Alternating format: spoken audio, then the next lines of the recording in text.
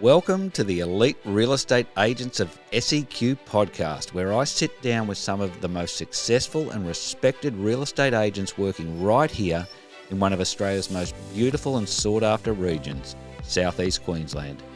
This podcast gives you a genuine, behind-the-scenes look at who these agents are as people, what makes them stand out in the industry, and most importantly, can help you decide if they're the right fit to guide your property journey. So sit back, relax, and enjoy the conversation. You might just be listening to the perfect person to sell your property.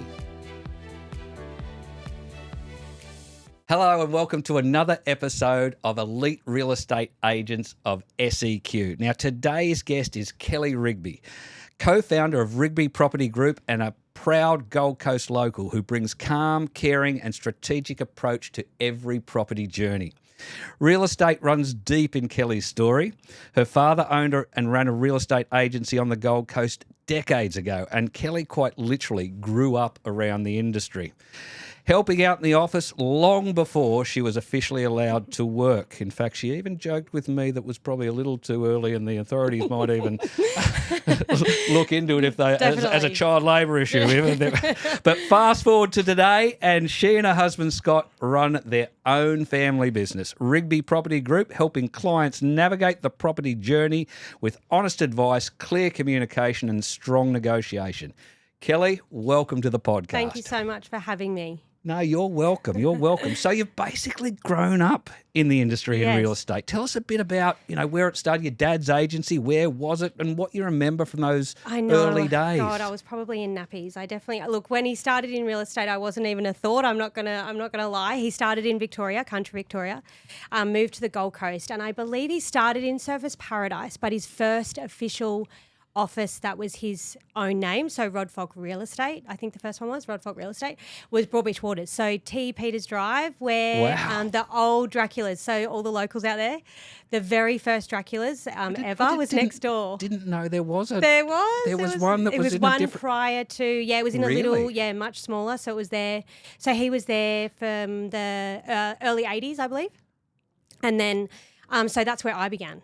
I was emptying bins and doing dishes and actually my auntie was in the office with him as well. So really? It was very much a family affair. My uncle tried it out, but he ended up becoming a valuer. Real estate wasn't quite for him, but he stayed in the property industry. So, he was there and then closed up shop for a little bit, just took a little bit of a break from real estate and owning his own. He really just needed some time off from that and then reopened another one in 2000 in Robina. Okay. There was Rod Falk Realty, so a little bit different, not Slightly much, different. but and then I started there officially when I was 16.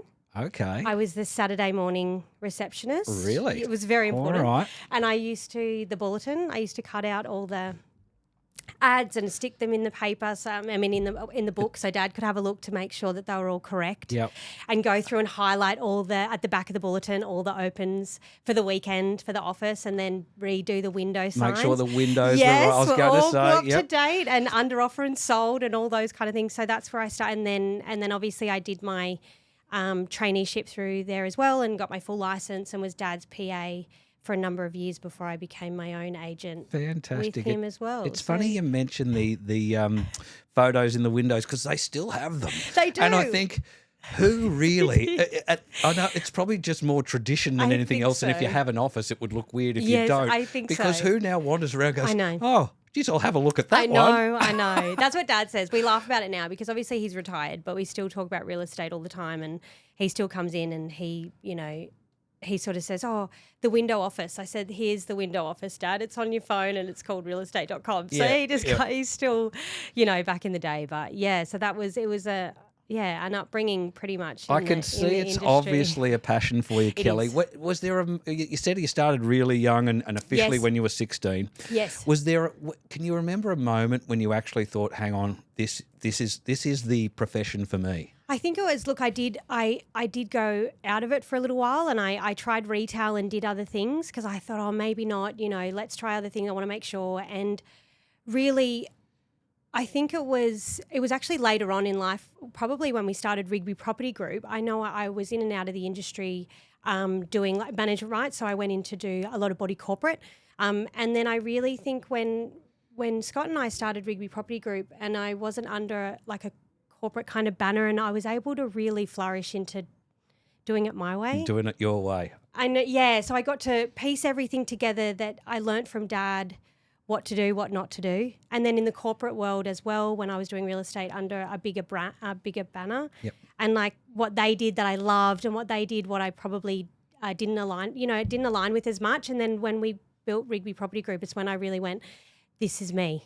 Yep. This is me, because I can do it my way. My way. Yeah, and I can bring in things that, I really felt were important into the industry.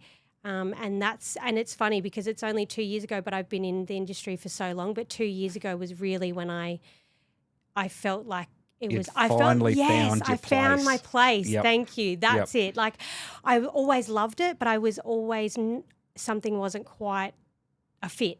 Yep. And I think that's when we started Rigby Property Group, and I really started to align my values into what we were doing. Sure. That's when I went, love that. I love it. This is me. I'm here. I'm ready. Yeah. Love it. Yeah. What was something you learnt from watching your dad that maybe still influences, the way you work today? I was going to say everything on a handshake deal, because I swear he'd still do that. But no, probably not that. Surely. Not that. I don't know that you can do that you these can't. days. You can't. No, but I think their values, like not only in real estate, like I think one of the things I used to always hear him say, and I respected so much, was we would sit down at a listing presentation and he would listen. And the first thing, and it's something that I always do, is why are you selling? Like, tell me your story. What's the reason? And if Dad felt like the time wasn't right, he would say, let's give it 6 months, because I feel like you're not quite there yet. Or let's talk in 3 months' time. I really want you to go away and think about A, B, and C before we sign on the dotted line. And that's something that I'm proud that we do as well. Like, it's never a rush to sell. It's really like, when's the timing best for that person? So I really took that away from working with him. And also from a leadership point of view, Dad would always, like on a Saturday morning, we'd come to work and he'd be there with the broom out the front, doing that, finishing the dishes, or he'd give the girls the afternoon off and we'd go and have lunch.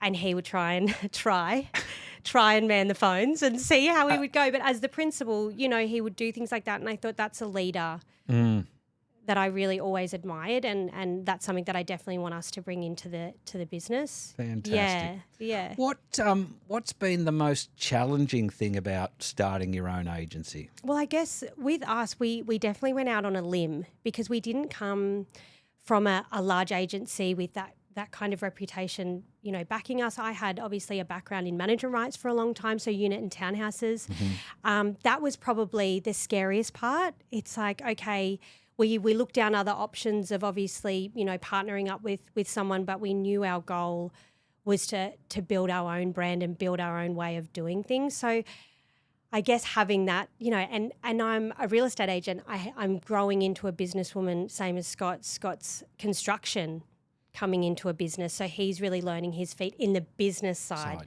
of things, of getting all that structure built and having that background so that we can thrive and grow. That's probably been the hardest part. Sure. But the most exciting as well. Yeah. Like, we trip and fall, we get back up, we learn, and we keep going. Awesome. So, which is really good. I wanted to talk about you and Scott working together, because obviously you work together as a team, and you said Scott comes from a construction background and is learning the business side. Yes. But he must add value, especially on the building and pest and that side of things. Phenomenal. Like trades and... He has I call it his little black book. Don't worry, it's all full of trades, but it's his little black book of trades. Like, he has worked so hard to get a backing of trades that literally as soon as they see a call from Scott come through, they jump. They're there, as soon as he needs them, because he's built that rapport with them. He also can obviously go around. Look, the building and pest side of things is definitely not my forte. It's like they're talking Japanese when they talk to me. Sure. So it's great having him there, because he understands it, and he attends every building and pest. So whether the buyer can be there or not, we always obviously that's awesome. ask them to be there. But if they can't, Scott will always be there. He'll either FaceTime them, definitely always ring them afterwards and talk to them about anything. And the great thing with us is we always like to have the option to get it all repaired. Yep. Like that, we've got the trades there, we're ready to go. We can have it done so fast compared Yep. to obviously And to some have others. that knowledge and be there while, an inspector's there and Yes. and be asking questions and Exactly. having full knowledge of yes. what's going on. Yes. And I think because Scott, obviously, for those who have seen him and met him, he traditionally doesn't look like a traditional real estate agent. So when the inspector, he actually connects really well with all our inspectors as well. So they have that kind of mutual respect of knowing. Love that. And just for our Yes. YouTube viewers, we are going to put a We picture will. of Scott up right now. There he is. There he is. Does not look like a real estate agent. No, but definitely is one. He is. And I think that's sort of our superpower as well in a way with him, because they just, it's funny how many sellers and buyers are very much drawn to Scott because he's not real estate. I love that. Yeah, I love that. so it is. I mean, I've only just met Scott, but I don't think we're ever going to see him in a suit, are we? I don't think so. No. I'm sure he wouldn't mind me No, definitely saying not. that. No. He likes his polos and his long pants. That's probably as good as it's going to get. Do you both do opens together and everything? Yep. Everything together. Fantastic. So, which is really good. I think You're getting a 2-for-1 deal. exactly. I think it's great in a way that, look, it's no secret. I'm definitely the feely, empathetic, that, relationship. the I was about to relationship say, yep. specialist, Yep. connection wise and things like that. I'm very much, that's a big part of who I am and the business. And Scott's like that, although he doesn't like to admit it.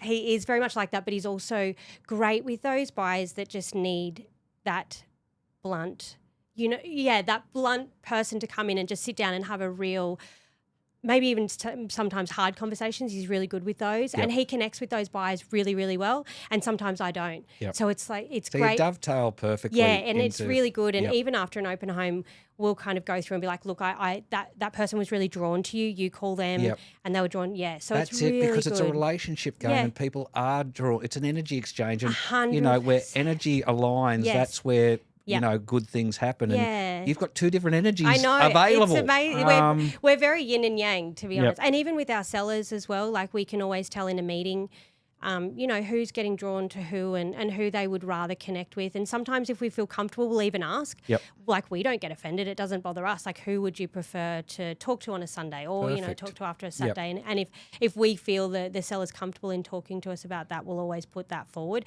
Genuinely, we kind of know, but we always like to give them the option just to make sure that their journey is as comfortable and smooth as possible as well. Perfect. Yeah. What do you think your clients love about dealing with a small family-run business rather than a big agency? I guess, I don't want to get anyone in trouble here, but I think it's not just a sale for us. Like every transaction and every sale is so important and so deeply connected. Like, we're so connected to each of our sellers and we listen and we know what they need, whether that's, at the moment I'm selling for a lady who needs face-to-face every meeting, and I'm so happy with that, but I listened and I understood and I read her body language and we got that. And it's like having that time to be able to do that for the sellers as well, and having that boutique, I guess, experience as well, that more that family behind us as well, just those real connections and having that kind of space for you it. obviously walk the talk, Kelley, because your brand does talk a lot about guidance and empathy. And Yes. Why is that so important in property? I think because there's such a stigma around real estate, and I have disliked it from day dot. Even at 16, I found it really hard to understand why emotions weren't more amplified. Even my dad, he sometimes used to say, you got to leave your feelings at the door. You know what I mean? Sometimes he'd be like, Kelley, you're just getting a bit too emotional about it, and I think as I grew older and as the real estate industry did change and evolve, I found that there was such a big part of empathy in there now. It's the biggest transaction for a seller, one of the biggest transactions for a seller and a buyer. Yeah. In their life. For most of them it is. For most of them it is. And how is that not an emotional time? Like, for me, I cry, I laugh, I'm there. Like, I admit it. I've cried on the phone with buyers. I've cried on the phone with sellers from happiness, from the price, and I've done all all of that. And I think that empathy is to me, empathy in business always wins. Leave your emotions at the door, Kelley. Sorry, I'm joking. Definitely not. Never again. But it's evolved so much. I think back then, it was a different real estate too. Like even looking at the office of Dad, there was the females were obviously in the admin and the males were in. It's changed. It's changed. Yep. It's changed now. I don't think even, especially here on the Gold Coast, they want people turning up in suits anymore. No, they don't. Like, it's not like they want to be. They're human. We're human. They're human. That's what I always talk to Scott about. Us bringing everything. Everyone's a human. Just bring the human element, and that's what he does without it. He even realizing he does. He's so good in this industry, he doesn't realize it yet because he feels like, I've only been doing it for 2 years, but for me as a person, he's amazing at this job because he has that humility. Like he'll just sit and listen and really take on what people, think, and he does. He gets emotional sometimes. He's going to get upset when he hears this. I'm sorry. You know he is going to hear this, don't you? Okay. I know, I'm sorry. Should we edit that out? No. No, I'm joking. Please don't. Okay. Yeah. All right, let's talk a few stories from the field. Yes. So tell me about a campaign where, some early prep or some early tweaks really made a difference. Okay, an early tweak or an early prep really made a difference. I'm trying to think. Well, there was one where we actually sold a house at Eleonora. It was one of our, we specialise in unit and townhouses. So this was a house. It was our first ever house that we went into. And we just went in, and the mum had been in there for years, and it was a friend of mine's mum, and she was moving into a nursing home. So obviously the home, as we walked in there, they didn't want to do too much to the home to obviously bring it to market. They didn't have that kind of cash flow. So Scott went in and just obviously got his boys to come in and do a few, different paint and a carpet and kept it really cost effective for them in that way. And instead of us doing staging, which we obviously did put forward because it was vacant, we said, let's try and get some staging done. And look, that price bracket wasn't quite for them. So we ended up doing staging visually on the online, how they can do it digitally. And it's funny how many people came in and said, oh, yes, and they actually brought up the photos as they were looking through so they could see what we'd done. And that it was the small things like that really obviously got the competitions going. Obviously, when people walked in, they could smell the fresh paint and see that it had been done. If we hadn't have done that, we wouldn't have been able to achieve, obviously, those kind of prices that we did. There was another one as well in a building and pest where Scott picked up water ingress in a wall, and we got that fixed before taking it to market. So if you found out afterwards, you got big problems. That was a big one too. So we got that all fixed. We do put it forward to a lot of sellers now to see if they would do a building and press prior, just to eliminate. We find that a lot of buyers come in, and try and negotiate on that building and pest side of things. So if we've got it all fixed up and ready to go, we do put that forward quite a bit. Sounds like a good idea. Yeah, it is. It just eliminates that end result. And because Scott obviously has that little black book of trades, he can then call on them and get it done quite quickly as well. So we always put that forward just to obviously eliminate anything that can come up. Perfect. Which is really good, yeah. Absolutely. Do you have a favourite sale?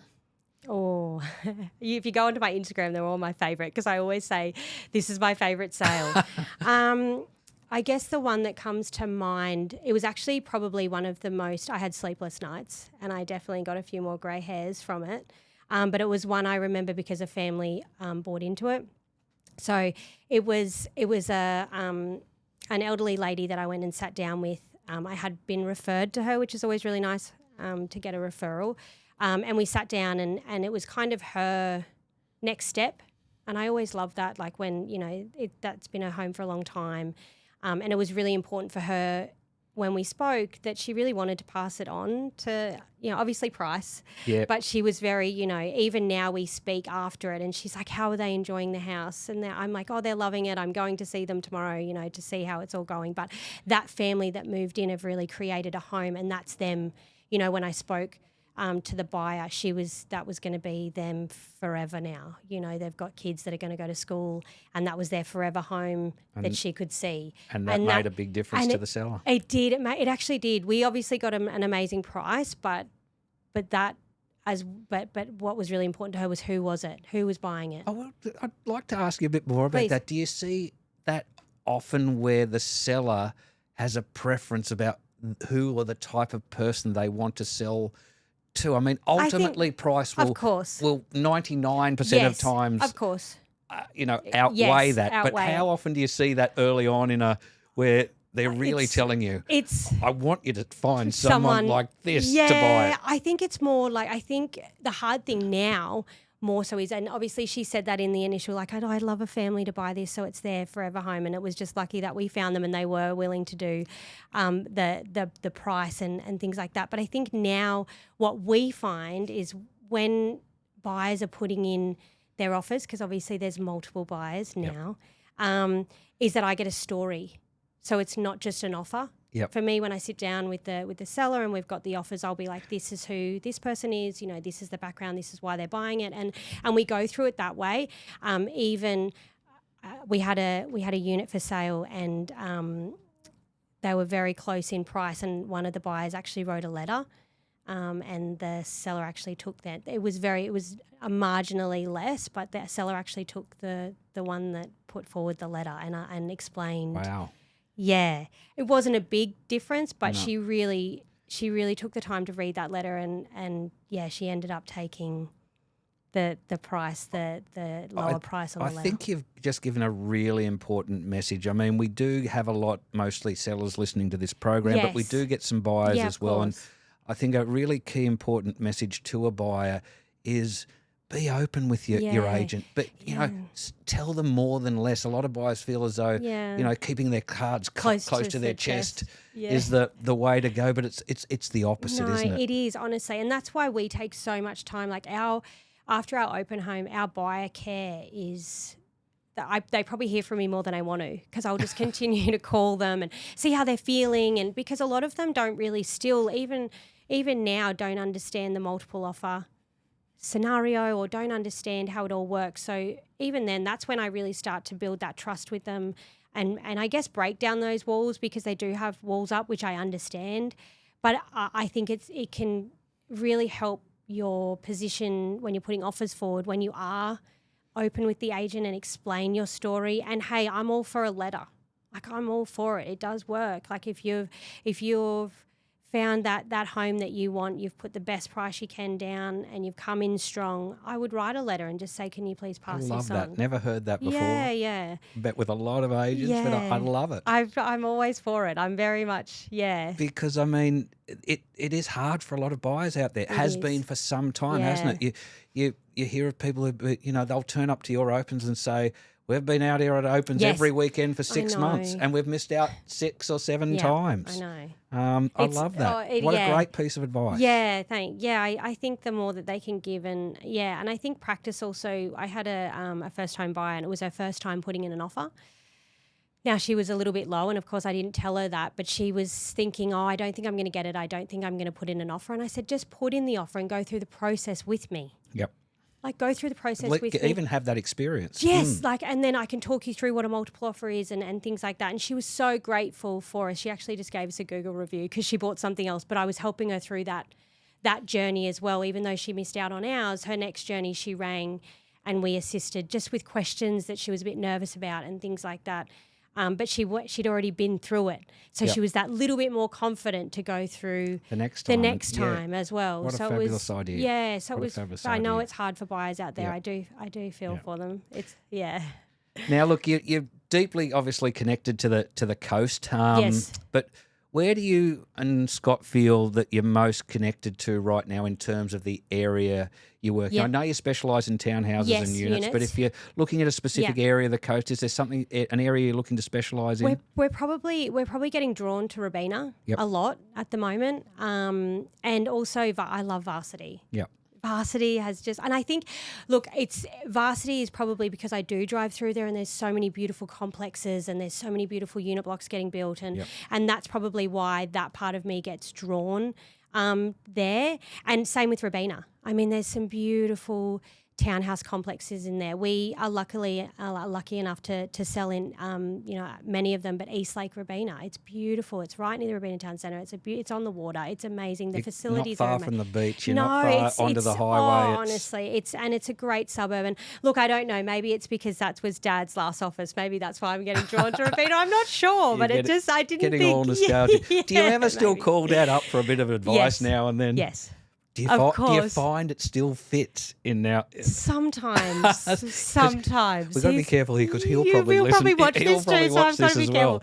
No, we do. I think, look, it's funny because Scott and Dad talk a lot, and they talk a lot about the industry and what's happening now. I think Dad, it blows his mind where we are. Yep.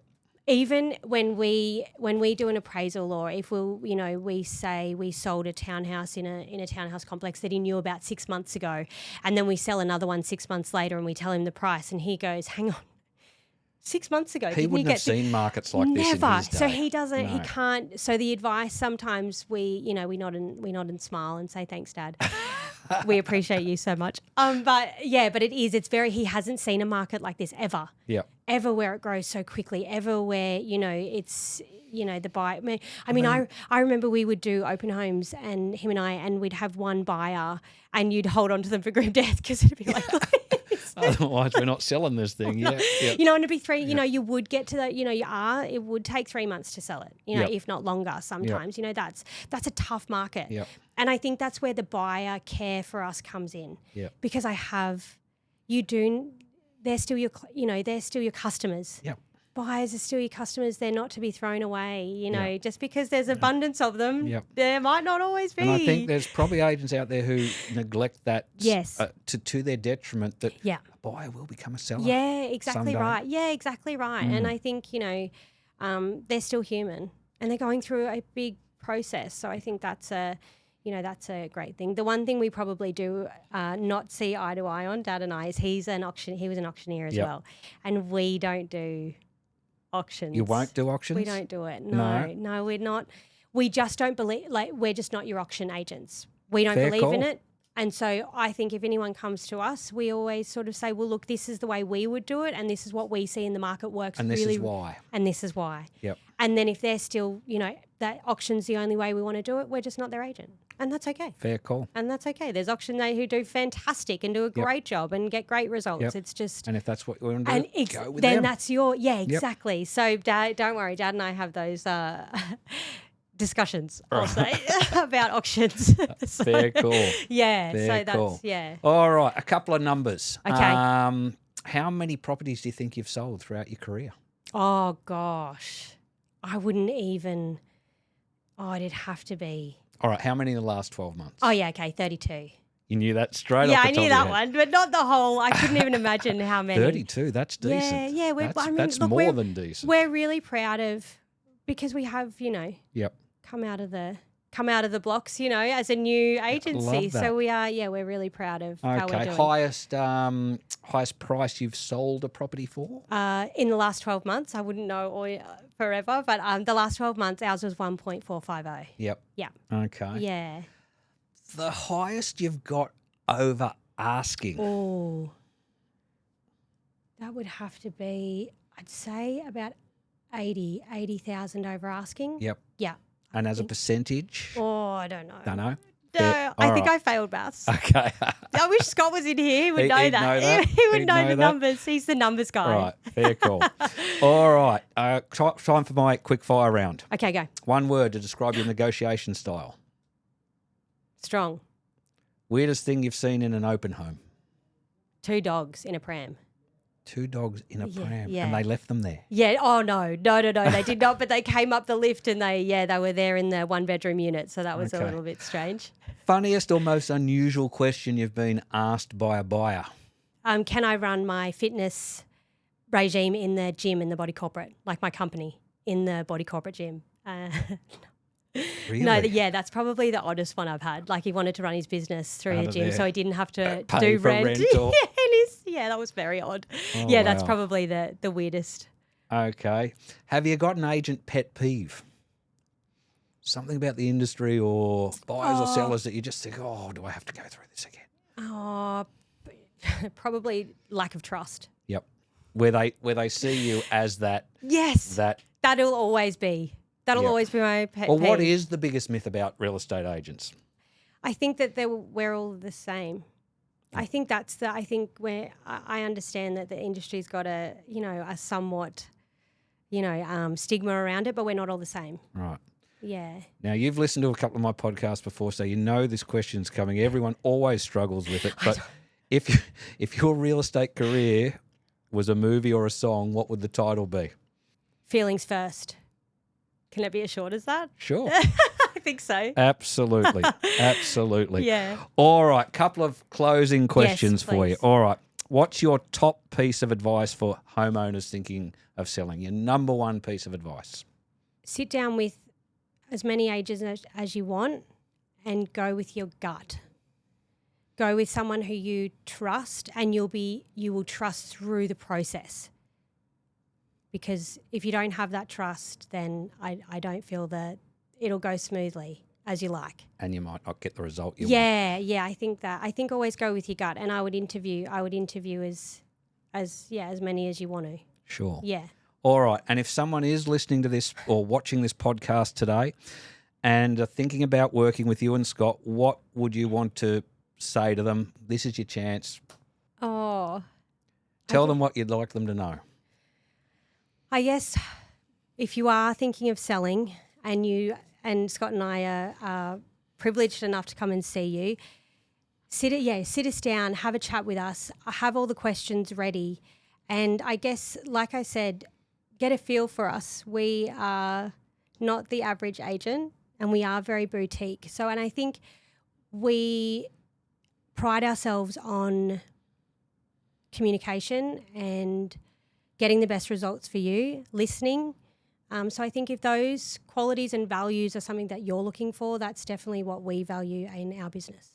Fantastic. Look, Kelley, I interview a lot of real estate agents, but you are absolutely genuine, and it's been an absolute pleasure having you on the podcast. So, look, that is a wrap for us on another episode of Elite Real Estate Agents of SEQ. A big thanks to Kelley Rigby from Rigby Property Group for coming in. Thank you for Now, having look, me. if Kelley does sound like the right agent for you, please reach out. All of her details are in the show notes. There's email address, there's phone number.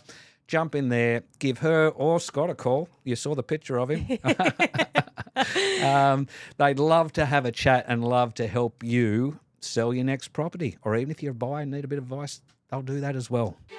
Kelley, thanks so much for coming in. Thank you so much. Thanks for having me. Thanks so much for joining us on this episode of Elite Real Estate Agents of SEQ. If today's guest sounded like the right agent to help with your next move, please reach out. You'll find all their details in the show notes and episode description. And if you're a real estate agent interested in being showcased on the podcast, visit www.podproaustralia.com.au to learn more and register your interest. If you enjoyed the podcast, we'd love it if you could like, share, and rate the podcast, and let us know in the comments if there's an agent you've dealt with and you think they should be featured next. Thanks again for listening, and we'll see you on the next episode.